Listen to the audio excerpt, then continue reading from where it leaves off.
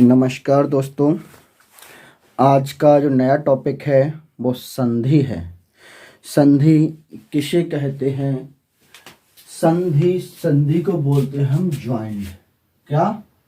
Jointing मतलब joint करना। Joint करना मीन्स क्या होता है? मिलाना।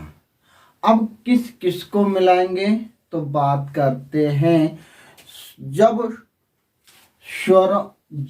वर्ण संधि किस में होगी? वर्ण होगी, वर्णमाला में होगी। जब वर्णों का वर्णों के साथ परस्पर मिलाया जाता है तो जो विकार मीन्स होता है परिवर्तन। जो परिवर्तन होता है उसे संधि कहा जाता है। एक मिनट भैया, लाइट चली गई।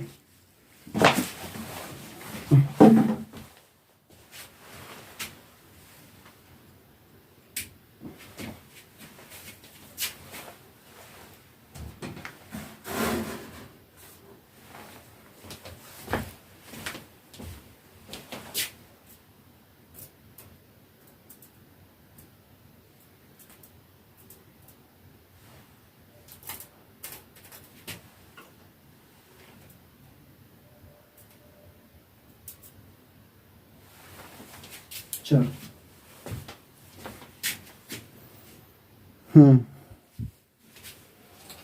वर्णों के परस्पर मेल को संधि कहा जाता है।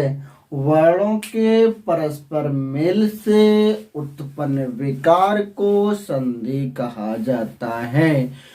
अब जब वर्ण है, वर्णमाला सुनी होगी आपने। वर्णमाला को दो भागों में विभाजित किया गया है, एक स्वर और एक व्यंजन।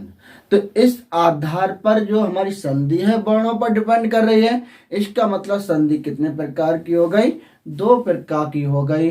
कौन सी? तीन प्रकार की हो गई। कौन सी? एक आपका आता है स्वर संधि, दूसरा होता है आपका व्यंजन संधि और तीसरी होती है आपकी विसर्ग संधि। ठीक है? हाँ, समझ गए ना? वर्ण कितने प्रकार के? वर्ण दो प्रकार के, स्वर और व्यंजन। संधि कितने प्रकार की? क्यों? संधि किस पर निर्भर है? वर्ण पर। संधि किस पर निर्भर है? वर्ण पर निर्भर है। किस पर निर्भर है? वर्ण पर निर्भर है। तो वर्ण कितने प्रकार के होते हैं? वर्ण को दो भागों में बांटा गया है, एक तो किसमें? स्वर में, और एक किसमें? व्यंजन में। इसका मतलब जो हमारी संधि है, संधि कितने प्रकार की हो गई? स्वर संधि और व्यंजन संधि। संधि के प्रकार कितने हुए? दो। कितने प्रकार की हुई? दो प्रकार की हुई। ठीक है? फिर कहते हैं कि स्वर संधि किसे कहते हैं। अब यहां पर वर्ण लिखा है, यहीं पर क्या लिख दो? जब स्वरों के साथ परस्पर मेल किया जाता है तो उसमें जो विकार उत्पन्न होता है, विकार मीन्स परिवर्तन उत्पन्न होता है, उसे हम कहते हैं स्वर संधि। देखो क्या ये लिखा है? स्वरों से परस्पर मेल से होने वाले परिवर्तन मीन्स विकार होता है तो वह स्वर संधि कहलाती है। अब स्वर संधि देखो, स्वर संधि के भी स्वर संधि के टाइप कितने हैं? पांच। स्वर संधि कितने टाइप है? पांच। दीर्घ संधि, गुण संधि, वृद्धि संधि, यड़ संधि, अयात संधि। इनको हम क्रम से पढ़ेंगे। पहला क्रम उठा लेते हैं, वो है दीर्घ संधि।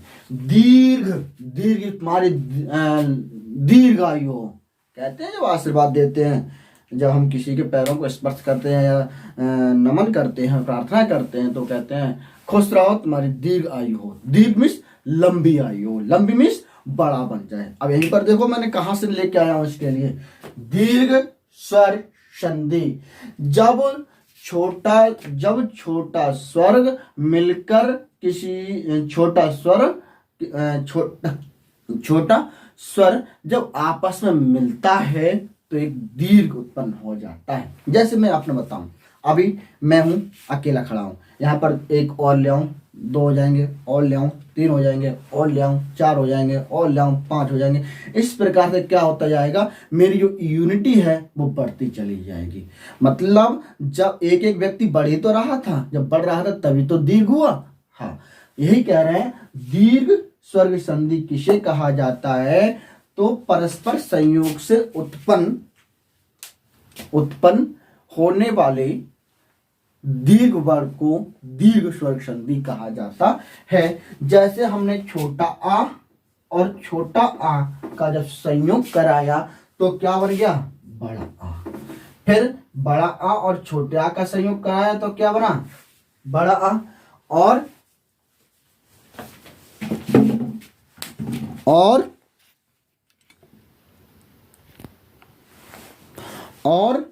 जब छोटा आ और बड़े आ का जब हमने संयोग कराया तो बड़ा आ बना। फिर बड़े आ का संयोग कराएगा तो बड़ा आ बन गया। ठीक इसी प्रकार से छोटी से बड़ी ई बन गई, छोटी से बड़ी छोटी ई प्लस बड़ी ई बराबर छोटी बड़ी बन गई, बड़ी ई प्लस छोटी ई बराबर बड़ी ई बन गई, बड़ी ई प्लस बड़ी ई बराबर बड़ी ई बन गई। छोटा ऊ प्लस छोटा ऊ बराबर बड़ा ऊ बना, छोटा ऊ प्लस बड़ा ऊ बराबर बड़ा ऊ बना, बड़ा ऊ प्लस छोटा ऊ बराबर बड़ा ऊ बना, और बड़ा ऊ प्लस बड़ा ऊ बराबर बड़ा ऊ बन गया। ठीक, ऋण का जब राइट से संयोग कराया तो ऋण है जो लिर में परिवर्तित हो जाती है। ऋण है किस में परिवर्तित हो जाती है, लिर में परिवर्तित हो जाती है। ठीक है, अब हम बात करेंगे गुण संधि की। अब हम किसकी बात करेंगे, हाँ, अब आता है हमारा गुण संधि। गुण संधि में क्या होता है, इसमें कुछ ना कुछ गुण होगा। क्या गुण होते हैं देखते हैं। जैसे छोटा आ अथवा बड़ा आ का ये गुण होता है कि जब ये आ या बड़े आ के पश्चात में, जब बड़े आ या छोटे आ के पश्चात में ई आ जाए या बड़ी ई आ जाए तो ये किस में बदल जाता है, ए में बदल जाता है। जैसे छोटा आ प्लस छोटी ई या बड़ी ई बराबर ए, बड़ा आ प्लस छोटी ई या बड़ी ई बराबर ए। यदि अब यहीं पर हम क्या ले लें, अब यहीं पर देखो आ अथवा आ का यह गुण जब आ या बड़े आ के पश्चात, आ या बड़े आ के पश्चात छोटा ऊ या बड़ा ऊ हो तो वो ओ में बदल जाता है। देखो छोटे आ और बड़े आ का गुण बात कर रहे हैं, किसका गुण कर रहे हैं, छोटे आ बड़े आ का गुण क्या होता है। यदि छोटे आ या बड़े आ के बाद में छोटा ऊ या बड़ा ऊ आता है तो वो ओ में बदल जाता है। ठीक, नहीं समझ में आया तो अगला एक पॉइंट और है। यदि छोटे आ या बड़े आ के बाद में ऋण आ जाती है, क्या आ जाती है, ऋण आ जाती है। यदि छोटा आ या बड़े आ के बाद में ऋण आ जाती है तो वो अर में बदल जाता है। क्वेश्चन इस प्रकार से भी आ सकता है कि छोटा आ और बड़े आ का जो गुण है वो किस किस बात पर निर्भर करता है, या छोटा और बड़े आ कैसी संधि है तो आप गुण संधि लगा देंगे, गुण स्वर संधि लगा देंगे। ठीक है, इसमें क्यों, क्योंकि ये किसमें निर्भर करता है, छोटे और बड़े आ के कुछ गुण होते हैं, इसलिए गुण संधि इसके नाम से जानी जाती है। इसके बाद आता आपका इयड़ संधि। क्या, इयड़ संधि। इयड़ संधि क्या होती है, यदि छोटी ई या बड़ी ई के बाद में कोई अनुस्वर आ जाए, या ऋ के बाद में कोई अनुस्वर आ जाए, या छोटा ऊ या बड़ा ऊ के बाद में कोई अनुस्वर आ जाए, तब क्या होता है, जब छोटी ई और बड़ी ई के बाद में अनुस्वर आता है तो आधा या बनता है। क्या बनता है, आधा या बनता है। जैसे ही अगर ऋ के बाद में कोई अनुस्वर आ जाता है तो आधा रा बनता है। छोटी ई या बड़ी ई के बाद में कोई अनुस्वर आता है तो आधा या बनता है।